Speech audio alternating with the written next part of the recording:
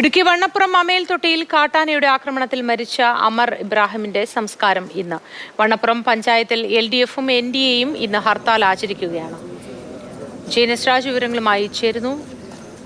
ജെയിൻ, ഹർത്താൽ എങ്ങനെയാണ് പുരോഗമിക്കുന്നത്? ഒപ്പം സംസ്കാര ചടങ്ങുകൾ 8:30 നടക്കും എന്നാണല്ലോ ജെയിൻ നേരത്തെയും പങ്കുവച്ച വിവരം. ഏറ്റവും പുതിയതായി നൽകാനാവുന്ന വിവരങ്ങൾ എന്തൊക്കെയാണ് ജെയിൻ? മാധ്യമങ്ങൾ കാണുകയാണ്.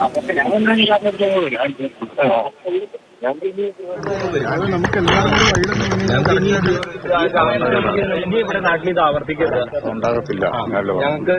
മനുഷ്യസാധ്യമായ കാര്യം ഞാനത് പറഞ്ഞല്ലോ. എനിക്ക് വികാരം പൂർണ്ണമായിട്ട് മനസ്സിലായി. ഞങ്ങൾക്ക് നാടിന്റെ ഒരു മുത്താണ് ഞങ്ങൾക്ക് നഷ്ടപ്പെട്ടത്. കാരണം ഞങ്ങളുടെ അനിയൻ ഞങ്ങളെ കൂടുതൽ വേണ്ടി ജീവിച്ച ആളാണ്. അതുകൊണ്ട് ഞങ്ങൾക്ക് ഇനി ഒരു ജീവനെ ഇവിടെ പൊലിയാൻ ഞങ്ങൾക്ക് പറ്റില്ല. അത് ശാശ്വത പരിഹാരം. ഞങ്ങൾക്ക് ഇവിടെ ആനയില്ലായിരുന്നു. 50 വർഷത്തോളമായിട്ട് ഞങ്ങൾക്ക് ഇവിടെ ആനയില്ലായിരുന്നു. പെരിയാറിന് അക്കരയിൽ നിന്ന് ഇവിടെ വന്ന ആന ഇത് അക്കരയ്ക്ക് തന്നെ നടന്നിട്ടില്ല ഇങ്ങോട്ട് വന്നത്. ഞങ്ങൾക്ക് ഈ ആനേനെ ഞങ്ങൾക്ക് ഈ നാട്ടിൽ ജീവിക്കുന്നെങ്കിൽ ആകെ 10-16 കിലോമീറ്റർ ഇതുള്ളൂ. ഫോറസ്റ്റ് ജീവിക്കാനുള്ള സൗകര്യം ഇവിടെ ഇല്ല.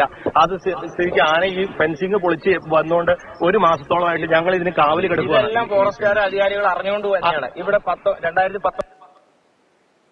ഗ്രാമം കെട്ടി. പിന്നെ എങ്ങനെ അവരതറിയാതെ ഇവിടെ ആന വരുമെന്ന് ഞങ്ങൾക്ക് ഇനി ഒരു ജീവൻ മുന്നറിയാതെ എന്തായാലും ആവശ്യമാണ് പരിഹാരം ഉണ്ടാകുക.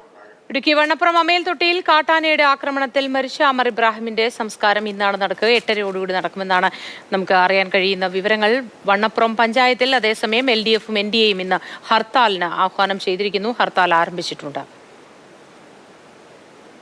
കഴിഞ്ഞ 2 വർഷമായിട്ട് സ്ഥിരം കാട്ടാന ശല്യമാണ് ഈ മേഖലയിൽ മൊത്തം. നേര്യമംഗലം ഭാഗം കാഞ്ഞിരവേലി ഭാഗത്തു നിന്നാണ് ആന ഇവിടെ വന്നത്. 40 വർഷം മുമ്പ് ഇവിടുന്ന് ആന പോയിട്ട് അതിനുശേഷമാണ് ആന ഇവിടെ എത്തുന്നത്.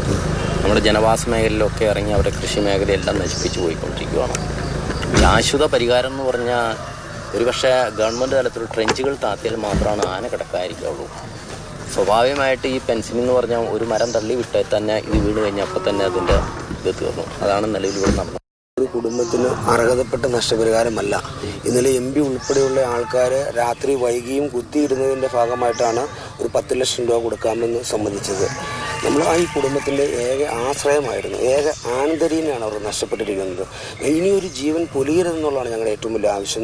അതിനൊരു ശാശ്വത പരിഹാരം ഫെൻസിങ്ങും ട്രെഞ്ചും ഉൾപ്പെടെ. ഫെൻസിങ് ഒരു ശാശ്വത പരിഹാരമല്ല, ട്രെഞ്ച് തന്നെ ചെയ്യണമെന്നാണ് ഞങ്ങൾ പറയുന്നത്.